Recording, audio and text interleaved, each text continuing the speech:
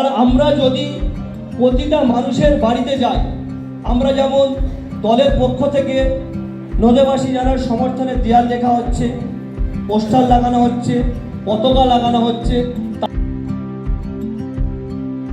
একটা নজর প্রণালী হোক, এই আবেদন তিনি যেমন করেছেন ঠিক তেমনি আমরা প্রত্যেককে অনুরোধ করবো সেই দিকে লক্ষ্য রেখে আমরা ডিয়াবো অঞ্চল তৃণমূল কংগ্রেস আমরা তৈরি আছি, পাশে আছি।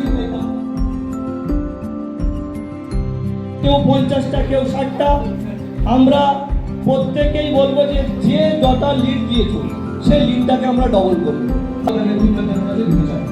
সবাইকে ধন্যবাদ। হাওড়া জেলা গ্রামীণের অন্যতম সহকারী সভাপতি আমাদের সকলের প্রিয় দাদা শ্রীলঙ্কা উপস্থিত, তাকে বরণ করে দিচ্ছি।